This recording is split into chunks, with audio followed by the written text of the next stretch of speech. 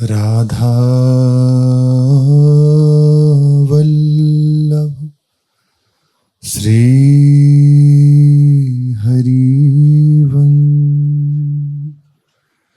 राधा वल्लभ श्री हरिवंश।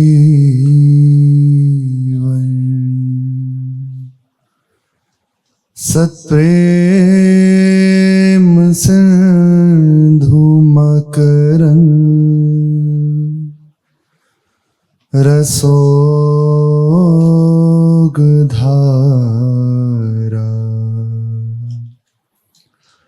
सारानजस्रमभितः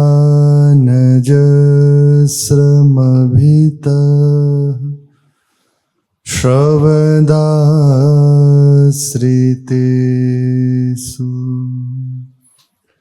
श्रीराधिके तव कदा चरणारविन्दं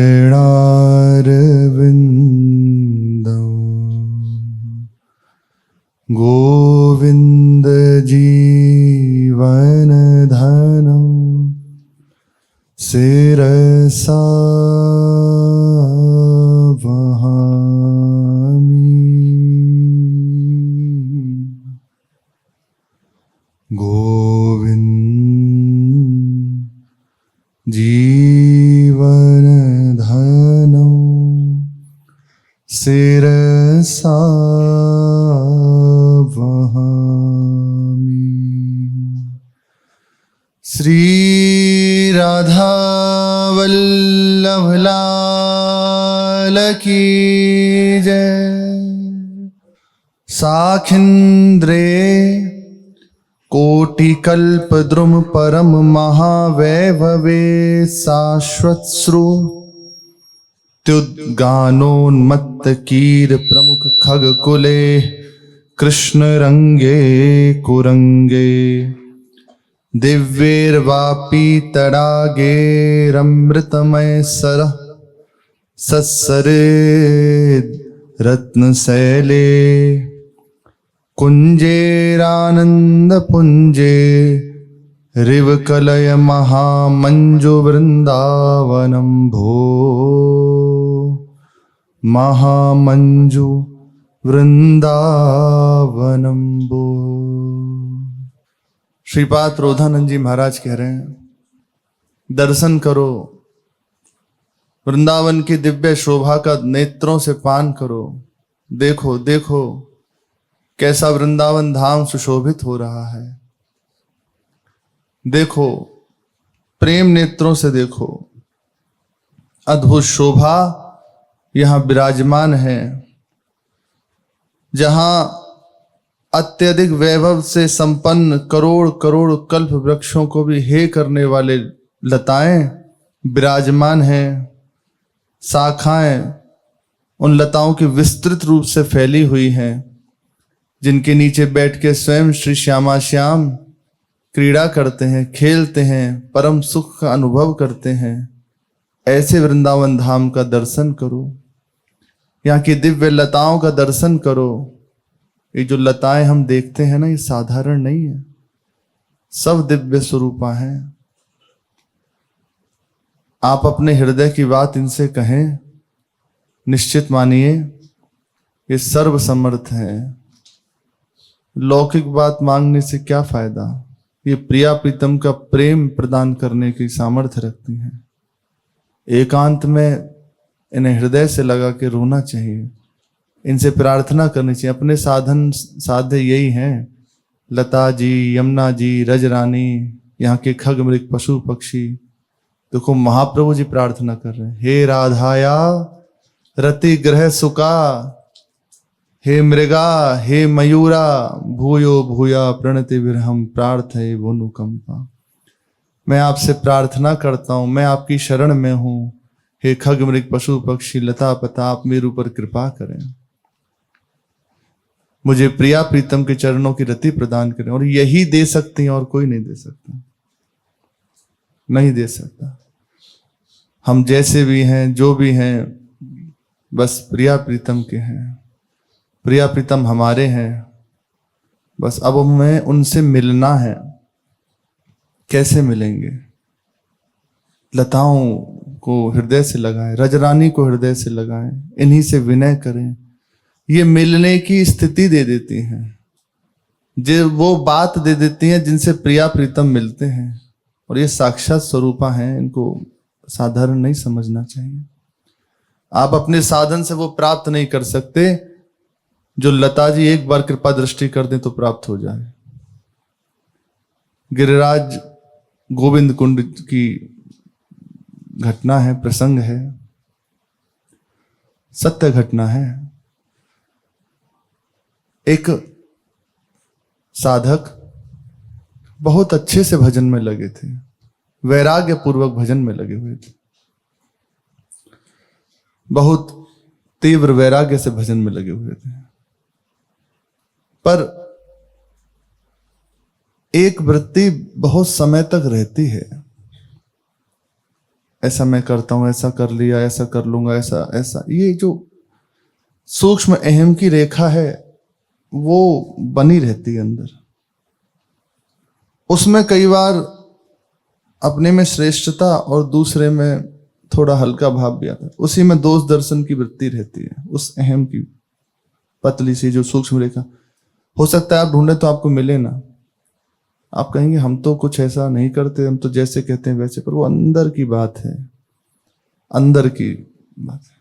यही आवरण है, इसी को भगवान कृपा करके धीरे धीरे हटाते हैं।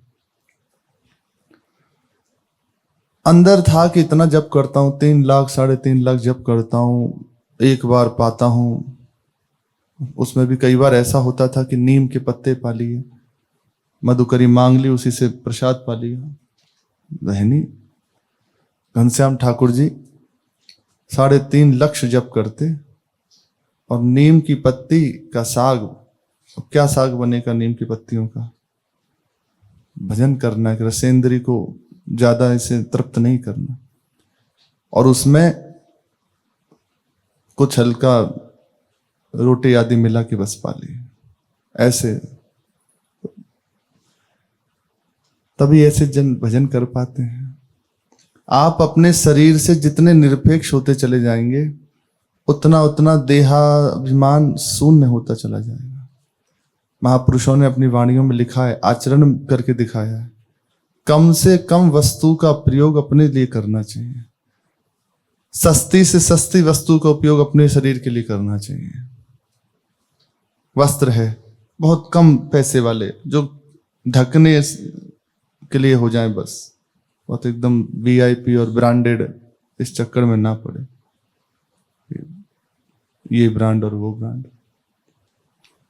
अगर भजन करना है तो, देहाभिमान गलित करना है तो आहार में बिल्कुल सादा आहार ले, बिल्कुल सादा।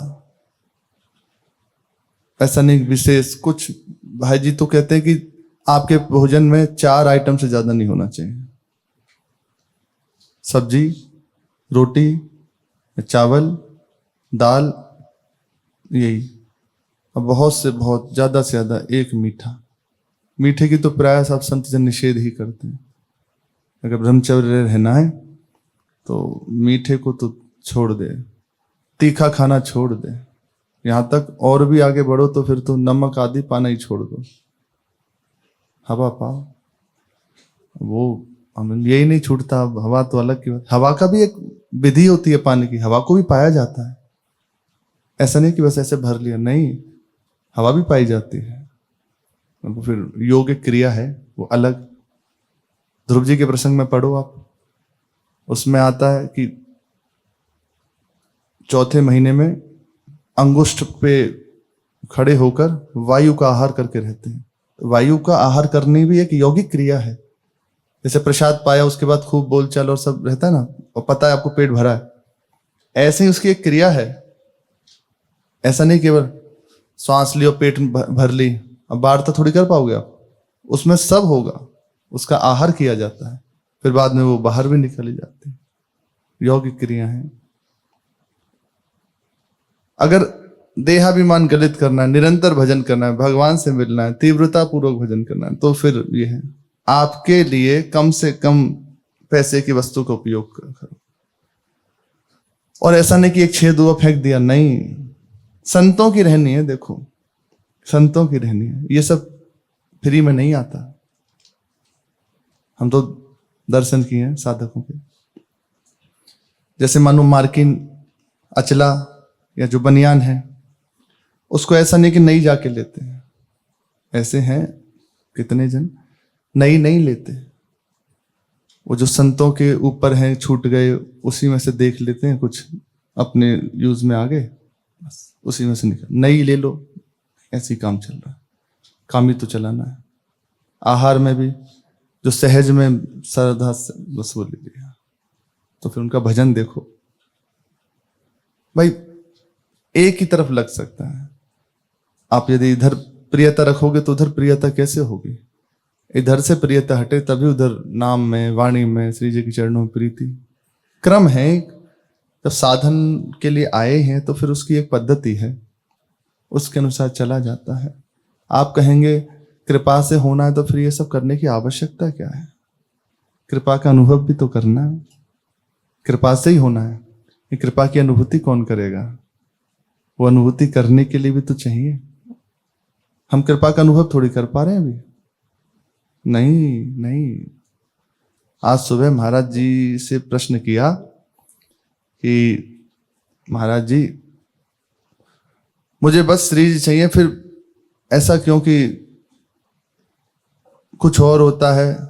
मुझे तो बस श्री जी। महाराज जी सुनते ही ऐसे उतना हंसने लगे, और हंसना मतलब बहुत गंभीर हंसी थी वो। अरे भैया क्यों विनोद करते हो, चाहिए ही नहीं। फिर कहा कि मेरे तो बस प्रिया प्रीतम है दूसरा, फिर भी ऐसा क्यों होता है, मन कहीं और क्यों जाता है? बोले माना ही नहीं है अभी, सब विनोद की बात करते हो, ऐसा कैसे हो सकता है? हम मुख से कहते हैं, हम पूछते हैं, आप सब बताओ, आपसे एक बात में पूछा जाए सबसे, महाराज जी के वचन है, आप सबसे एक साथ पूछते हैं कि बताओ क्या चाहिए आपको। तत्काल का हो सकता है आप एक ही बात कहो कि बस हमें श्री जी चाहिए। किसी ने कहा आपकी खुशी चाहिए, किसी ने कुछ कहा। बोले अब सच्ची बात कहें तो हो सकता है 100 में 100% झूठे हो जाएं, क्योंकि जो ही जब ये बात आती है ना, तो नहीं खान पान तिन भावे है, नहीं कोमल वचन सुहावे है, सब विषय लगे तिहि खारा है, हरि आसिक काम अग्नि आ रहा है। नारायण हरि मिलन में ये पांचों ना सुहात, विषय भोग निद्रा हंसी जगत प्रीति बहु बात। ये आ जाएगा, उसे सोचना पड़ता है, विचार करना पड़ता है। सब विनोद की बात करते हो। हाँ, हम आपका मन का बल गिरा नहीं रहे, मनोबल नहीं गिरा रहे। भजन करो और ठाकुर जी से, श्री जी से प्रार्थना करो कि हमारे हृदय में बस आपकी चाह रह जाए और कोई चाह न रह जाए। महाराज जी के बच्चे तो हम कहते तो हैं कि बस अब ऐसा ऐसा, पर हम कृपा के भी कहाँ भरोसे हैं। आप कहोगे नहीं कृपा के भरोसे, देखो जिस समय कोई आपका अपमान करता है तो कहाँ वृत्ति जाती है, उनसे कह देते हैं, ऐसा कर देते हैं, या कुछ नहीं तो अपना कम से कम पक्ष तो रख ही देते हैं ना। वही है, फिर जैसे जैसे प्रसंग खुले लगेगा कि अब कहाँ है। इसीलिए सत्संग की महिमा है। एक क्षण में जो साधन से नहीं मिलता वो तत्काल प्राप्त हो जाता है। अहंकार को शून्य कर देता है। वो बताता, आईना दिखाता है, तुम कहाँ हो देखो। हम बहुत अच्छे साधक हैं, बहुत भजनानंदी हैं, देखो कहाँ हो। इतना तो रहता ही है प्राय कि चलो मैं कोई प्रतिक्रिया नहीं करूं। पहली तो बहुत कठिन है कि प्रतिक्रिया ना करे, कोई डांट दे, फटकार दे, या कोई सम्मान करे, कोई बिरला जो प्रतिक्रिया ना करे। उसके बाद भी उसमें एक बात तो रहती है, कम से कम अपनी बात तो रख दूं, मैंने तो ऐसा नहीं किया। और सूक्ष्म बात है अंतर की। अब वो ढूंढेगा किसी ना किसी को, मानो उससे ना कहे किसी और से, वो कहेगा। ये है अपने अस्तित्व को बचाए रहना। बड़ी अच्छी बात है, आपका रिएक्शन ही सामने वाले का वेपन है। वो यही चाहता है आप रिएक्शन करो, आपने वेपन दे दिया उसको। वेपन हथियार, बस हथियार ही कर। हाँ, रिएक्शन, और वो प्राय अपने जन कर पाते। तो कहाँ हम पूर्ण रूपेण कृपा के भरोसे हैं। हाँ, अब इसमें निराश होने की बात नहीं है, फिर तो सब बेकार नहीं, बेकार नहीं है। ये बात दी है तो हृदय में भी उतार देंगे धीरे धीरे। भगवान बड़े कृपालु हैं, ठोक पीट के वो कर लेते हैं अपने योग्य। और हाँ, आप थोड़ा सहयोग दे दें तो बड़ा अच्छा रहे। हम जो सहयोग को थोड़ा इधर दिशा में लगाते वो थोड़ा इधर कर लें तो सहज रहे, सरलता रहे, सुगमता रहे, पर प्राय नहीं हो पाता। चलो ठाकुर जी ने जिम्मेदारी ली, वही संभालेंगे। तो अपने शरीर के लिए कम से कम वस्तु का उपयोग करें। पानी भी है तो उचित, ऐसा नहीं कि बह रहा है। देखा है गुरुदेव भगवान को, देखा उतना ही, एक बूंद भी व्यर्थ नहीं जानी चाहिए। जल जितना पीना उतना, प्रसाद उतना ही। अब वो बात लगे कि कृपा में है कि उतना ही बस, नहीं नहीं ये सब नहीं। वस्त्र भी क्या जरूरत है, एक ही वस्त्र ठीक है। ये तो पीछे से बदल दिए जाते हैं तब है, नहीं तो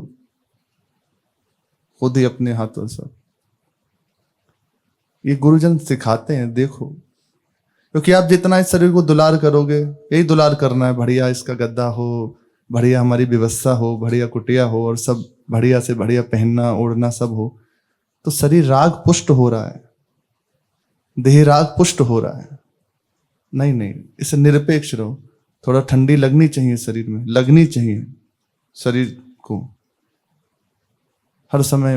अब गर्मी का समय तो थोड़ा गर्मी सहो, थोड़े में कूलर खोल के एसी, अब तो कूलर का तो नाम ही नहीं, एसी खोल के बैठे, नहीं सहो, नहीं तो ये शरीर ऐसे छुई मुझ जाएगा। जरा से जब रोग आएगा ना, भूल जाएंगे हम भगवान को। अभी भूल जाते हैं, फिर विचार कसो भगवान ने सौभाग्य दिया है।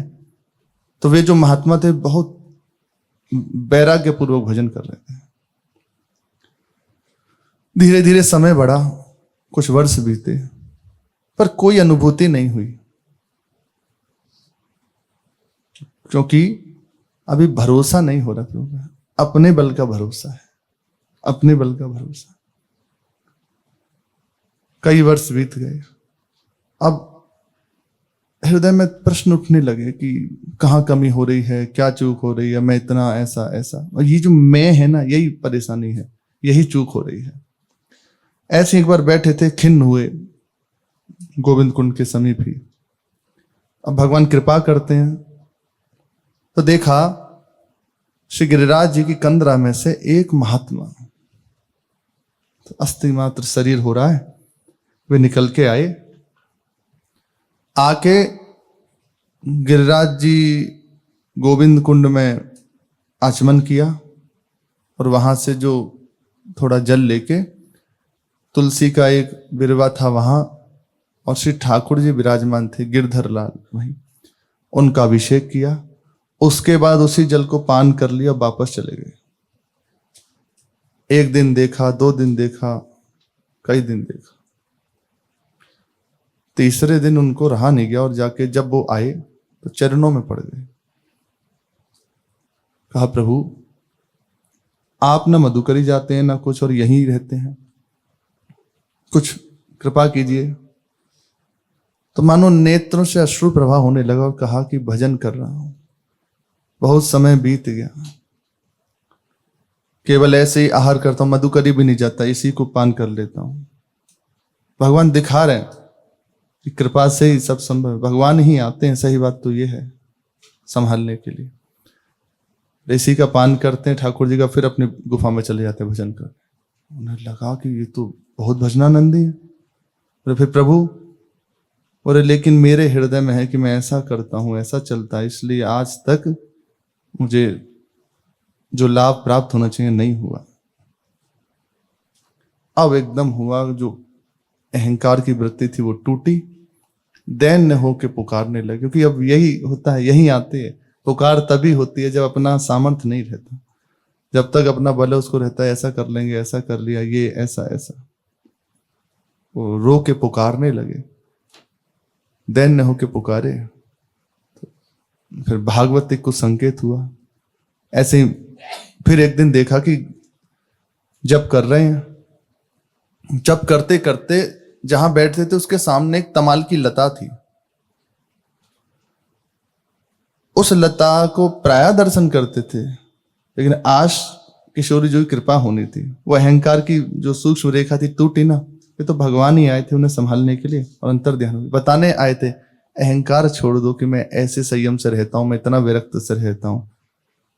अहंकार से नहीं, ये कृपा से प्राप्त होता है। वे तो अंतर ध्यान हो गए। अब इनके हृदय में वो तो कृपा का ही मांगे, पुकारने लगे, प्रभु अब बस एक आपकी कृपा का भरोसा, और कोई उपाय नहीं। तो बैठे हुए थे और सामने नित्य प्राय लताओं का दर्शन करते ही थे, पर आज लता का दर्शन विशेष था, कुछ विशेष दर्शन था। सहसा देखा उसी लता के नीचे से किशोरी जी और श्याम सुंदर गलवैया दिए हुए खड़े। देखते ही नेत्र से अश्रु प्रभा होने लगा और वे गलवैया दे के बस ऐसे विहरण करते हुए प्रिया प्रीतम चले। उतने में ही वे जो लता थी तमाल की, वे स्वयं उखड़ के और गिर गई। तो वहीं एक संत थे, उन्होंने जब देखा लता उखड़ के गिर गई तो रोने लगे, बहुत बेकल होकर रहे, जो उसको सिंचन करते थे। उनसे पूछा, प्रभु आप रो क्यों रहे? बोले, कब मेरा ऐसा सौभाग्य होगा, आज ये श्री ठाकुर जी की सेवा में चली गई शरीर धारण करके। ये लता अभी तक प्रिया प्रीतम को दुलार कर रही थी लता रूप से, लेकिन अब श्री जी की सखी बन के, मंजरी बन के उनकी सेवा में चली गई। ऐसे दर्शन हुआ, अहंकार गलित हुआ। लता जी ने कृपा दृष्टि करी, प्रिया प्रीतम का साक्षात्कार कराया और दिव्य शोभा का दर्शन, प्रिया प्रीतम का दर्शन, संपूर्ण वृंदावन का दिव्य दर्शन होने लगा। यहां कह रहे हैं ये वृंदावन की जो लताएं हैं विस्तृत शाखा वाली, परम शोभा से संपन्न है, इनका दर्शन करो, इन्हें हृदय से लगाओ। ये कृपा दृष्टि कर देंगे तो प्रिया प्रीतम से प्रीति हो जाएगी। जहां तोते आदि बैठकर श्रुतियों के वास्तविक स्वरूप का उच्च स्वर से गान करते हैं, मूल स्वरूप एक ही है, भगवान की अखंड स्मृति, उनके गुणों का गायन करना, उसका गान करते हैं। समस्त श्रुतियों का सार यही है, श्यामा श्याम की लीलाओं का गायन, उनका स्मरण, उन्हीं में बने रहना। हर समय यहाँ के जो खग मृग पशु पक्षी हैं वो श्यामा श्याम के नामों का उच्चारण करते रहते हैं। चैं भय नहीं होती। यहाँ जो कलरव है ना दिव्य, आप बस शांत होके कैसे भी चित्त हो विक्षिप्त, आप वृंदावन के जो पक्षी हैं उनका कलरव सुन लो, चित्त शांत होने लगेगा, सहज अंतर्मुखी वृत्ति होने लगेगी। आप देखो यमुना जी किनारे जाकर सहज अंतर्मुखी वृत्ति होने लगेगी बिना प्रयास के। ये सब बहुत भजन के मानो ये समुद्र हैं, एक एक चीज यहाँ लता जी, यमुना जी, बस थोड़ा सा इस महिमा को हृदयंगम करके आप देखिए एक बार। जहां काले रंग के हिरण इधर उधर घूम रहे हैं, जो श्री ठाकुर जी को अत्यंत प्रिय हैं, बहुत प्रिय हैं, यहां भ्रमण करते हैं। जहां दिव्य वापी तड़ाग, सुंदर सुंदर कुएं हैं, सरोवर हैं, अमृत में जिनका जल है, रत्नों से जिनकी सीढ़ियां निर्मित हैं, बड़ी सुंदर सुंदर शोभा से संपन्न है, इनका दर्शन करो। देखो देखो ऐसे दिव्य धाम श्री वृंदावन का दर्शन करो, मानो सामर्थ्य प्रदान करने के। देखो वृंदावन को मेरे नेत्रों से देखो, कैसा वृंदावन सुशोभित हो रहा है। यहां सुंदर सुंदर नदियां हैं जो पर्वतों से निकल रही हैं, दिव्य स्रोत है जिनका दिव्य जल है, और पर्वत भी कैसे हैं, रत्न शैले, रत्न में पर्वत है, रत्न गर्भा पर्वत है, वहीं से नदी निकल रही है। कैसे कैसे कल्पना करें, कैसे विचार नहीं कर सकते। हम इसी को इतना सत्य माने हुए हैं कि यहाँ कल्पना नहीं जा सकती कैसा होगा, कैसे दिव्य सरोवर होंगे, कैसे खगमृग पक्षी होंगे, कैसी लताएं होंगी। पर आप मंत्र जप करते हैं, हितजू के चरण आश्रित हैं, प्रिया प्रीतम के शरणापन्न है, वृंदावन के उपासक हैं, रसिकों के संग करते हैं, आपकी दृष्टि पहुंच सकती है। रजरानी का सेवन करते हैं, पक्का पक्का पहुंच सकती है। ये उतरती है भावना, या करनी नहीं पड़ती, सहसा जब चल रहा है वो वैसे वैसे भावना श्री जी कृपा से बनने लगती है। अब जैसे सुन रहे हैं ना, तो साथ में जो एकाग्रता पूर्वक सुन रहे हैं, या तो देखो कह रहे हैं जैसे जैसी वर्णन हो रहा वैसी वैसी भावना बनती जा रही है। जितना जितना हमारा हृदय समर्पित हो रहा है उतनी उतनी चित्त में आती जा रही है। नहीं आ रही तो देख लो कुछ और चल रहा है, अभी दूसरी वृत्ति चल रही होगी कि वो करना है, ऐसा करना है, वहां जाना है, ये जाना है, ये भी चल रहा होगा, बैठे सुन भी रहे और ये भी चल रहा होगा। तो कहाँ चिंतन का सुख है? और यहाँ सबसे बड़ा सुख है कि यह चिंतन जो प्रिया प्रीतम का बना रहता है, इसका दर्शन करो। यहाँ अनेक अनेक आनंद को भी आनंद देने वाली कुंजे हैं, निकुंजे हैं, निवृत्त निकुंजे हैं ऐसे वृंदावन का जो परम शोभा से संपन्न है। दर्शन करो, दर्शन करो, दर्शन करो। कैसे दर्शन करें? नाम का रटन करो। जिसने नाम को अपना जीवन बना लिया तो निश्चित मानिए दर्शन होने लगेगा। नाम परम समर्थ है। इसका रटन, इसका चिंतन, तो ये दर्शन कराने लगेगा। प्रिया प्रीतम की लीलाओं का गायन श्रवण तो आने लगेगा। कैसा वृंदावन है, हृदय में सामर्थ्य आने लगेगा कि हम देख पाएंगे कैसा वृंदावन है। प्रसंग चल रहा है, श्री मधुमंगल लाल जी महाराज, स्मृति आई कि वंशी हमारे पास, तो सखियों से कहते हैं लाओ दे दो हमारी वस्तु। पहले तो भाव में थे, फिर कृपा गोपीजनों ने करी और भाव से बाहर आए, वस्त्र उतारे और फिर क्या ठीक है अब हम चल रहे हैं। सहसा याद आती है कि अरे बंसी कहाँ है, तो गोपीजनों से मांगते हैं वंशी दे दो, पर नाम नहीं लिया कि लाओ दे दो। गोपीजन कहते हैं कहा दे दो? बोले बोई जो बजे का है। बोले कहा बजे? बोले तुम्हें सब पता है, बता दे दो दे दो। बोले पखावज? बोले पखावज के सिवा कछु और तो बजे। बोले ढोलक दे दें? अब थोड़े से झर्राए, बोले सावन के गीत गावेगी ढोलकते का? दे दो। बार बार पूछ रहे हैं। अब गोपीजनों में थोड़ा झगड़ा होने लगा आपस में, और कहा कि लाओ दो। अरे हम पे ना है, कहाँ मांग रहे हो, नाम बताओ क्या चाहिए। बोले बंसी, कन्हैया की बंसी दे दो। बोले कौन सी बंसी, तेने दई का? बोले हमने ना दई, पर तुमने खुद ले ली, वो दे दो। अब वो मिलके बहस हुई और मधुमंगल लाल जी को पीट दिया मिलके। अब वो बेचारे पाग वाग हाथ में लिए, अब सोचे अब इनने तो कम मारो है, कन्हैया बहुत मारेगो, कन्हैया ना छोड़ेगो। आज को तो दिन ही खराब है, सुबह ते ही दक्षिणा मिल रही है, मीठो तो मिलो ना है, कछु खावे पीवे की तो व्यवस्था भई ना, मिले हो तो हम नाए गए, बढ़िया चौकीदारी करी, अब कन्हैया मारेगो, अब ना छोड़ेगो वो। कहा उपाय करना चाहिए, कछु तो विचार करो मधुमंगल लाल जी, अपने से कह रहे हैं कोई उपाय करो, क्योंकि ऐसे कैसे काम चलेगा। अच्छा एक काम है बस, ऐसा करूंगो जैसे ही कन्हैया सामने से आएगा रोनो प्रारंभ कर दूंगो, तो मैं रोवे लगूंगो तो वो मारेगो ना, बाद में बता देंगे। जैसे ही वो मिलेगो पहले से रोनो प्रारंभ कर दूंगो, और जब तक वो मना ना लेगो तब तक वैसे कुछ कहूंगा ना। बस अब चलते जा रहे हैं, वो श्री कृष्ण चिंतन चल रहा है, बस ये कह रहे हैं कैसे रोना है, क्या करना है, बस बार बार अभ्यास भी करते जाते हैं रास्ते में कि आंसू तो निकलने चाहिए। बोले कोई जरूरत ना है ज्यादा, वो तो अंदर की बात है सब। सामने से ठाकुर जी आ गए, अरे मनसुखा जी ने ये नहीं सुखी लाल लाल कहने के मनसुखा, अब बस रोना प्रारंभ कर दिया। हाँ कन्हैया, अब वो रोना शुरू उनका।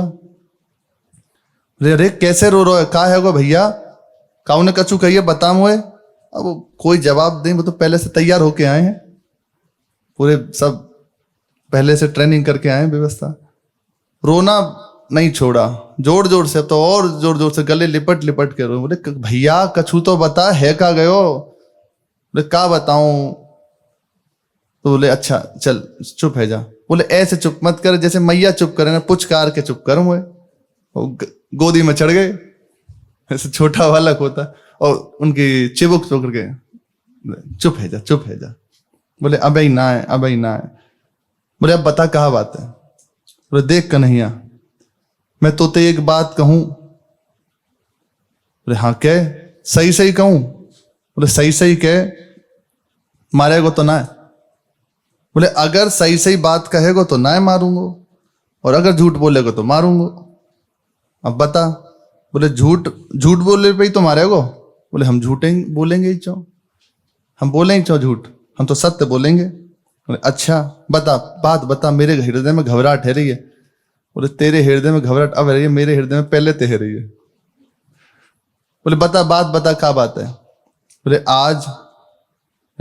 आज तेरी मेरी बंसी खोई गई। बोले कौन ने कही जे बता खोई गई बंसी?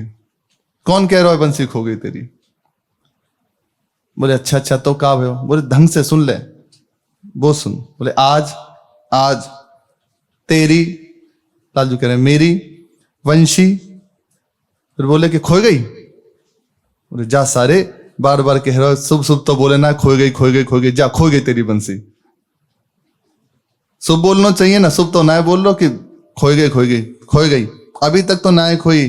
तू जब ते बार बार कह रहे हो कि बंसी खोए गई खोए गई खोए गई, तो खोए गई बंसी। अब तेरी नजर लग गई, एक तो तू कारो और बस कारी नजर लग गई हुआ है। जब तेने विश्वास करके हमें बंसी दई तब तक ना खोई, लेकिन अब तेने अविश्वास कर लियो और बार बार बस एक ही रटन लगाया कि बंसी खोई गई खोई गई खोई गई, तो खोई गई तेरी बंसी, जा अब। लालजू बोले सारे हमें पहले ही पतो ही कि तू भोजन भट्ट है, गमार है। बोले हाँ हम तो 40 शेर भोजन भट्ट हैं, केवल हमारी चतुरता पत्थर में ही है। बोले फिर पहले काय को बताई कि हमारा ब्रह्म तेज है और जे है वो है। बोले वो सब झूठ मूठ को स्वांग हो, कछु ना है, समझो कर बात है। बोले तेरी तो मैं बात समझूं बाद में, सही बात बता है, क्या बात है? बोले सही बात ये है कि तेरी बंसी खोई ना है, मैंने तेरी रासलीला पे न्यौछावर करी आया हूं, भेंट दिया हूं बंसी की। बोले बंसी की भेंट दिया और रासलीला की? मेरे बिना रासलीला कैसे है गई? बोले रासलीला में तेरी जगह हम है ना कन्हैया लाल। बोले तू बनो? बोले मैं तो गोपी बनो, बदल गए। बोले फिर? बोले तेरी बंसी व लीला पे न्यौछावर है गई है, गोपी भंडार में जमा है गई है, तू प्रार्थना करेगा तो मिल जाएगी। बोले हाँ तू बंसी को खोतो रहे, तू सबको न्यौछावर करते रहे, हम प्रार्थना करें। वाह भैया वाह, खोवे तू और रोवे गावे हम। अब यहां जो बात करें बड़ी सुंदर बात है, ये मुख्य बात है, जो मूल है, इससे प्रभु अधीन होते हैं, जिसमें कुछ और नहीं देखते वो। भैया तू हमारा सखा ना है। अब आगे कह रहे हैं अपने सखा की बिगड़ी भई बात को तू ना बनावेगा तो और कौन बनाएगा? इतना बस प्रभु को चाहिए। अनन्यश्चिंतयन्तो मां, तो कह रहे हैं योगक्षेमम वहां महम, मैं बहन करता हूं। प्राप्त की अप्राप्त की प्राप्ति और प्राप्त की रक्षा मेरी जिम्मेदारी, और स्वयं भगवान करते हैं अनन्य होके। बस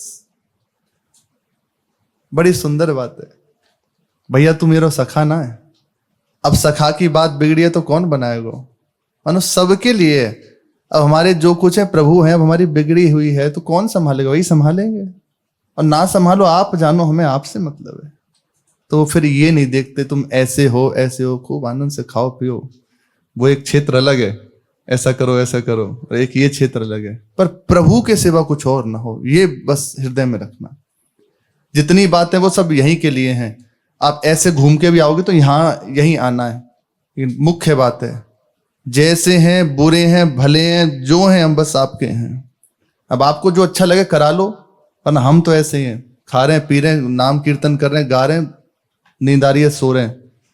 अब आप देखो तो करूं सदा तिनकी रखवारी, जिमी बालक राखे महतारी। प्रतिक्षण प्रभु उसके साथ रहते हैं, दुलार करते हैं। भक्त के साथ भगवान पता है कैसे रहते हैं? ऐसे रहते हैं अपने कर कमल किए हुए। वो तो आनंद से झूमता हुआ चल रहा है और वो ऐसे दुलार करते हुए चलते हैं। भैया अब बिगड़ी हुई बात तू ही संभालेगा। फिर कुछ नहीं बोले, इतनी बात कहती, कुछ नहीं बोले। फिर मधुमंगल जी बोले सुन ले एक बात। बोले कहा तो एक बात कह रहा हूं, सखी मरखनी है गई है। देख मधुमंगल लालजू ने कही ना कि अच्छा तो चल, अब एक शब्द में कहा बस चल। फिर नहीं कोई प्रश्न किया, जैसे ही कह के तू ही संभालेगो। फिर नहीं बोले, चल अब चल दिए। बोले पर सावधान है जा। सावधानी हटी, दुर्घटना घटी। मैं ऐसे ना बताऊंगा जाके। बोले फिर कैसे बताएगा? पतो कैसे चलेगी कि कौन सी सखी के पास है? बोले बस अंगुरिया जामाऊ कर दो ना भाई पे, समझ लियो। बोले ठीक है, तू जा सखी की ओर ऐसे संकेत करेगो, भाई ये बुलाए कि हम पूछ लेंगे। चल अब चल दिए और किशोरी जी के महल में पहुंचे। सखियों ने खूब स्वागत किया और कहते बोले कि तुम तो आए आए जाकू का ही लाए उस संग में, ने बैठाओ तो थोड़ी भेंट पूजा कर दें। बोले ना मैं सुबह से तृप्त हूं, अब कोई भेंट पूजा ना चाहिए। तुम सबन ने खूब भेंट दी, बस मोए ना चाहिए। ठाकुर जी के पीछे खड़े हो गए। लालजू ने कही कि बता। बोले ऐसे मत बोल, सीधो सब कहेंगे जय बता रो है। बहुत विवेक से काम करना है, चतुरता यहां दिखानी है। तो ये पता है ये कहा है? बोले कहा है। बोले ये है किशोरी चोर मंडल, आज ही उद्घाटन भयो जाको यहां। अच्छा तू बस ये बता बंसी कौन पे है? जहां पे हाथ धरूंगो बाई पे। बोले तू बहुत देर तक यही कह रहा हो कि जाकी और संकेत करूंगो, जाकी और ऐसे बताएगो कछु आगे। अच्छा वो ऐसे धीरे से करते हैं, लाला जी जी। तो लालजू कहते हैं सखी कहा तुम पे हमारी बंसी है। बोले बंसी हम पे ना है महाराज। कौन कह रहा हो तुम ते? बोले जी मधुमंगल लाल बता। मधुमंगल जी बोले गर्मी पड़ रही है, चौमासा पड़ रहा है, सब पड़ रहा है एक साथ, ऊपर से पिटाई काई को पड़वा रहा, काई को तो ब्राह्मण की हत्या करावेगो। ऐसे मत कह, सीधे मत बोल। और वो फिर संभालते हैं ठाकुर जी बीच में आके। बोले कौन पे बंसी तू बताना। देख जा पे उंगली करूं दूं बई पे। और कहने लगे जी बू मैं तू तो पे। बोले मुंह पे ही बंसी है। बोले हमने तो बस एक बता दई, अब तू चुन ले। अब हम ज्यादा नहीं बोलेंगे, अब ज्यादा नहीं, सुबह से बहुत बोल लिए, अब नहीं बोलेंगे कछु ज्यादा। क्या तू कह रहा मुंह पे बंसी है? बोले अब तू समझ, अब हमने बता दी। सारे बीच में फंसा दिए होते हैं ठाकुर जी। अब सखी से कहते हैं सखी तेने हमारी बंसी ली है? बोले है महाराज कौन सी बंसी? बोले वो ही बंसी जाकू हम बजायो करें। बोले वो खो गई? बोले हाँ खो गई है बंसी। बोले बहुत बढ़िया भयो। बोले बढ़िया भयो? क्यों बढ़िया भयो? कि हमारे लिए सुख है गयो, तब बंसी की वजह से ही हम बड़े दुखी है। सखी तुम तो सुखी है गई, लेकिन मैं दुखी है गयो। महाराज आप काहे को दुखी है गए? बोले तू सुखी क्यों है गई? बोले जे बंसी जब बजे ना हमें शरीर की सुध ना रहे। गोपीजन जो कह रही है ना हम दुखी हैं, वो प्रेम दुख है, प्रेम दुख है। अब जो बंसी ना बजेगी, ना ही हमारे काम धंधे बंद होंगे और ना ही हमसे सास नजर लड़ेंगी। बस जा बे से हम सुखी है गई। तुम बंसी बजाओ हम रह ना पावे बिना तुम्हारे दर्शन किए। बस अब तुम बंसी बजाओगे नहीं, हमारे हृदय में तुमसे मिलने की व्याकुलता होगी नहीं। वंशी ही है जो रास में प्रवेश कराया गोपीजनों को बुलाने का। ठाकुर जी एक एक घर में थोड़ी गए, वंशी में क्लीन शब्द का उच्चारण किया तो वंशी जी लेकर आ रही हैं, वंशी की ही शरण में है। हमें तो भारी दुख है गयो, आपको का दुख है गयो। हमारी तो जीवन ही वंशी है, सोबे से लेके जगवे तक, जगवे से लेके सोबे तक जो कछु है सब हमारा वंशी से ही होए। कभी मन करे तो हम गावे लगे, कभी वंशी को आनंद से बजावे लगे, गैयन को बुलाए लें। गैया तो आराम से चलवे चली जामे, ताल वन, भांडीर वन, कामोद वन, बहुला वन आदि आदि जगह चली जामे। अब हम आराम से कदम के नीचे बैठे रहें, खेलते रहें। अब एक एक जगह कौन जाएगा बुलावे? बोले हमारी बंसी तो लाती। देखो ठाकुर जी की भी आराध्या है बंसी, ये तो लाती। अब जे खो गई जा लिए, हमारे हृदय में बड़ो दुख है। हम अपने हृदय की पीड़ा को निकाल लेते बंसी के द्वारा, श्री जी को नाम रटते। अब कैसे रटेंगे, कैसे करेंगे? हे महाराज जामे अब हम क्या करें? सखी ऐसो कौन चोर जब वृंदावन में आ गए हो जो मोए न खबर पड़ी? क्योंकि चोरन के सरदार तो हम हैं, हमें खबर न पड़ी और हमारी बंसी चुरा के ले गए हो। तुम तो ऐसे पूछ रहे हो लालन कि जैसे हम तो चोरन के पीछे ही लगी डोलें। हमें क्या पता? तुम्हें पता होगी, तुम ही घूमते रहे हो। काल ही सखी यही ठोर बांसुरी भूल बिसारी, ले जो गई तुम धाम बात हम सुनी है तुम्हारी। तुम्हारे काम ना वही वंशी हमरी देहु, हम आतुर होए मांगते तुम जनि नाही करे हो। बांसुरी दीजिए ब्रज नारी, बांसुरी दीजिए ब्रज नारी, बांसुरी दीजिए ब्रज नारी, बांसुरी दीजिए ब्रज नारी, बांसुरी दीजिए ब्रज नारी, बांसुरी दीजिए ब्रज नारी, बांसुरी दीजिए ब्रज नारी, बांसुरी दीजिए ब्रज नारी, बांसुरी दीजिए ब्रज नारी, बांसुरी दीजिए ब्रज नारी। सखी कह रही है लालजू ने जब कही कि कल की तो बात है बंसी लेके आओ, तुम ही सब कोस रही बंसी को, मुझे पक्की पता है तुम्हारे पास ये बंसी दो हमारी। सखी ने कही वंशी कैसी होत नहीं हम नैनन देखी, पिता तुम्हारे साधु लाल तुम कपट विशेखी। इत उत खेलत तुम फिरो बाही भूल गए, इधर उधर घूमते फिरो खेलते फिरो वहीं कहीं छोड़ आए होगे, हमारे ऊपर इल्जाम लगा रहे हो।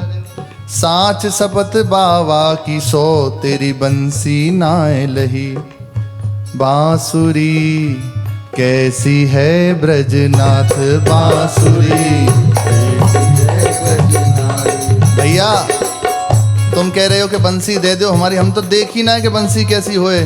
बांसुरी कैसी है ब्रजनाथ, बांसुरी कैसी है ब्रजनाथ। ठाकुर जी कह रहे हैं वंशी हमारी देहु काय कुरार बढ़ावो, समझ बूझ मन माही काय को लोग हंसावो।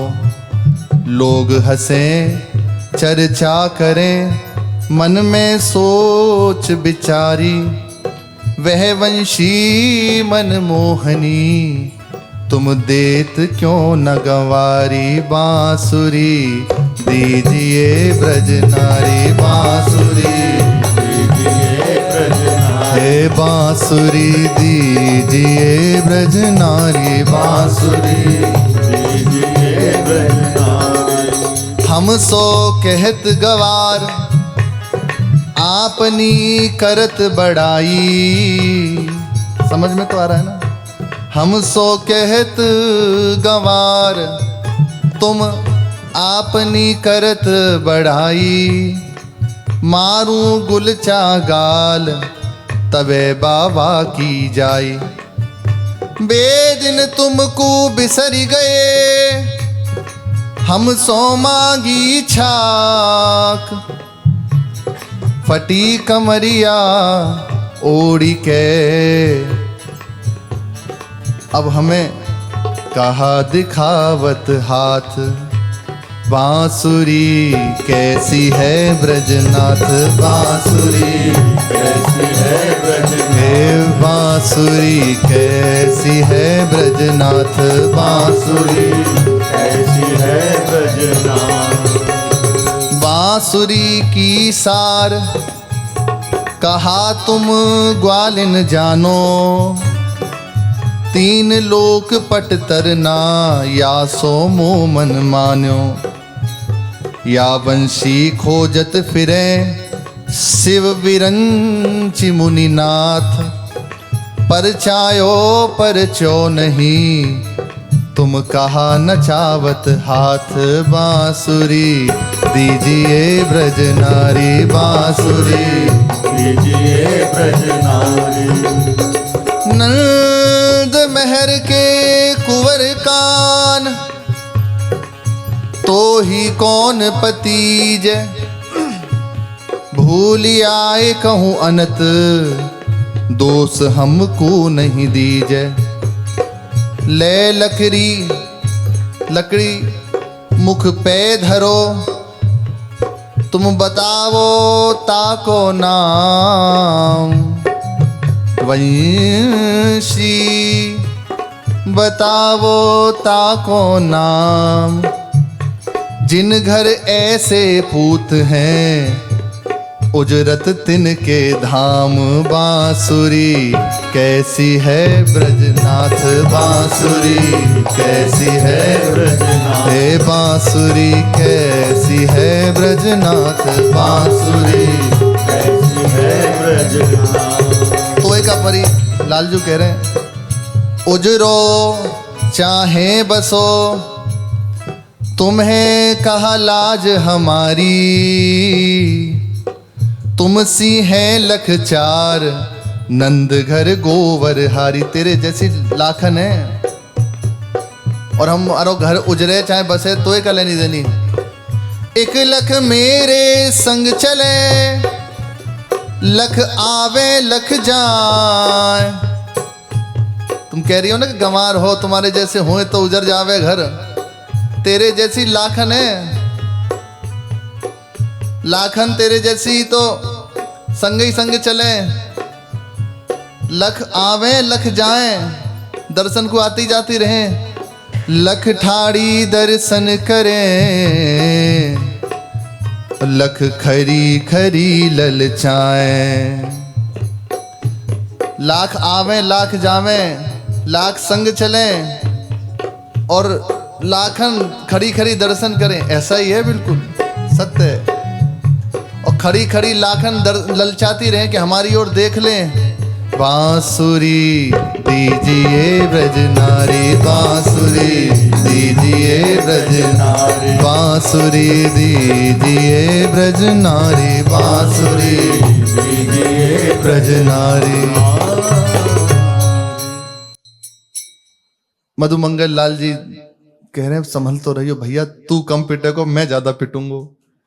ज्यादा मत लड़े इनसे, प्रेम ते ही मांग ले। बोले तू चुप रहे, सुन हम क्या कह रहे हैं। बस कि हमारी बंसी दो। बोले कौन सी बंसी, हम पे कोई बंसी ना, हम ना जान कैसे बंसी कौन सी है। ब्रजनाथ हमसे पीछे मत पड़ो।